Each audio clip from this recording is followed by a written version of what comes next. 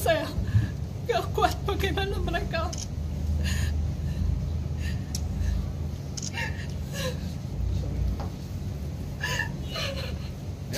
Bagaimana kelanjutan nasib kami ke depannya? Kalau kasus ini cukup berlarut-larut, berlama-lama, saya sakit hati luar biasa lihat anak saya diperlakukan seperti itu. Hewan aja dilindungi negara kan, haknya gitu. Masa manusia tidak gitu kan? Kita juga punya hak gitu kan. Sekarang lihat anak saya seperti itu. Malam setelah dia laporan ke sini dia tidur. Dia tidur tapi tangan seperti ini. Sampai 3 kali itu. Dia kan mungkin ketakutan kan dia kan. Gimana coba orang tua ibu lihat anaknya seperti itu gitu. Pihak keluarga korban dari 2 wartawan kasus penganiayaan bersama puluhan wartawan mendatangi Mapolres Karawang. Kehadiran keduanya mendapatkan penjelasan dari Satreskrim Polres Karawang pasca keputusan pra-peradilan pada hari Selasa lalu.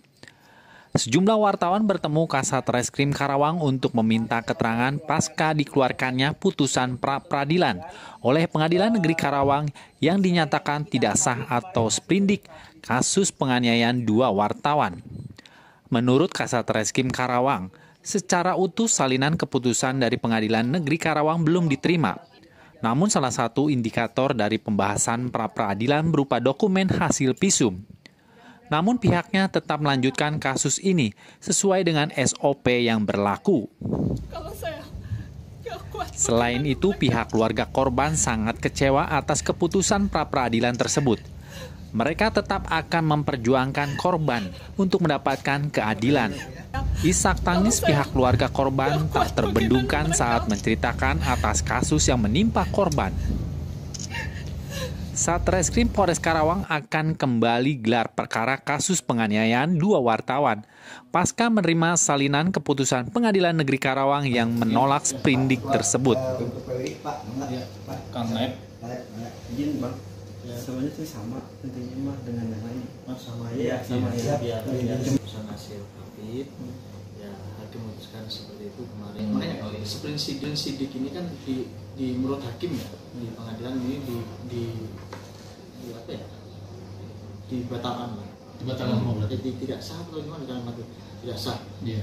Kita dukung tidak sah. Makanya dari itu kita akan lanjutkan perkara tersebut, tetapi kita akan melaksanakan gelar perkara. Iya. Artinya bang yang 2 orang ini pun yang DPO berarti statusnya sudah tidak DPO lagi ya?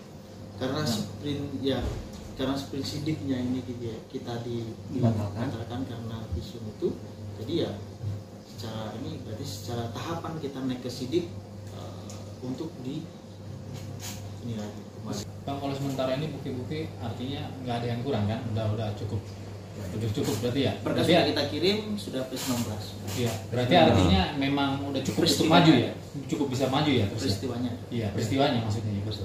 Untuk penegasan saja, artinya peristiwa tindak pidananya tidak gugur kan dengan putusan pra-peradilan yang kemarin. Ya, itu ya dia jadi kuncinya. Ya, karena kan masyarakatnya perlu. Makanya nanti kita lihat nih salinan putusannya seperti apa terkait dengan hal itu. Nanti kalau kemarin secara sepintas saya mendengarnya hanya sampai sidik saja, proses sidik pada karena sidik berarti ke belakangnya juga gugurkan. Jadi nanti kita lihat, nanti saya juga koordinasi sama pengadilan untuk meminta salinannya biar kita lengkap membacanya, yang sampai nanti kita ada hal yang kedepannya seperti apa jangan sampai terjadi pelanggaran yang sama kayak kemarin. Hadir Satgas di kesempatan siang hari ini, yang mana yang sudah datang ini, yang hadir ini dari keluarga korban semuanya, yang menanyakan hal demikian, di mana korban menindaklanjuti sampai sejauh mana Kapolres untuk menangani. Orang tua Sebagai saya orang tua mengandung yang melahirkan, saya sakit hati luar biasa lihat anak saya diperlakukan seperti itu. Hewan aja dilindungi negara kan, haknya gitu. Masa manusia tidak gitu kan? Kita juga punya hak gitu kan. Sekarang lihat anak saya seperti itu. Malam setelah dia laporan ke sini dia tidur. Dia tidur tapi tangan seperti ini. Sampai 3 kali itu. Dia kan mungkin ketakutan kan dia kan. Gimana coba orang tua ibu lihat anaknya seperti itu gitu. nggak manusiawi lah buat kita gitu. Masih berapa ya, saya nggak terlalu ngitungin berapa pertanyaannya, cuma di sini saya tadi cuma menanyakan kejelasan kasus suami saya yang menimpa suami saya dan rekan kerjanya gitu. Jadi kemarin kan setelah ada putusan sidang Prapit, kami bertanya-tanya kok hasilnya ya cukup mengecewakan lah buat kita keluarga. Makanya saya datang ke sini bagaimana kejelasannya, tapi ternyata tadi menurut Kasat Reskrim beliau akan terus on the track, tetap lanjut terus. Kita ditenangkan lah, dalam hal ini cukup ditenangkan, jangan takut gitu. Cuma kan yang jadi kekhawatiran kita sekarang ini, yang jadi korban itu kan tulang punggung Pak ya. Bagaimana kelanjutan nasib kami ke depannya? Kalau kasus ini cukup berlarut-larut, berlama-lama, ya Repot. Lumayan merepotkan gitu. Anak-anak yang harus kita kasih makan lah ya. Bahkan Gusti juga kan punya tanggungan gitu. Gusti punya anak ya. Jana juga begitu, punya anak istri. Kami hanya menuntut keadilan. Keadilan buat keluarga, buat suami saya, buat rekan juga sama demikian juga dengan Gusti menuntut keadilan. Kita minta keadilan. Tidak akan berhenti sampai di sini. Kita akan menggali terus sampai mudah-mudahan insya Allah dimenangkan oleh kita gitu. Saya hanya menuntut itu aja.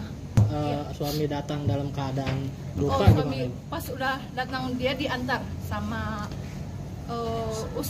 Ustadz Asep Nurjaman dan kebetulan orangnya sudah almarhum. Saya ya shock ya gitu ngeliat suami saya udah diperban, mata biru, pengep lah intinya gitu, sudah kepala benjol. Allahu Akbar, saya tercium bau aroma minuman keras, alkohol. Pulang dengan keadaan seperti itu, siapa yang nggak shock sih? Saya gemeteran, hampir pingsan di situ. Saya cuma menguatkan karena saya melihat anak-anak saya. Kalau saya nggak kuat, bagaimana mereka?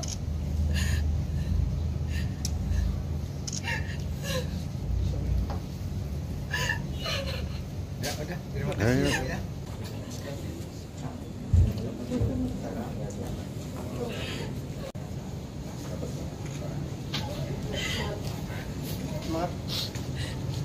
Dari Karawang, Jawa Barat, tim liputan TV Berita memberitakan.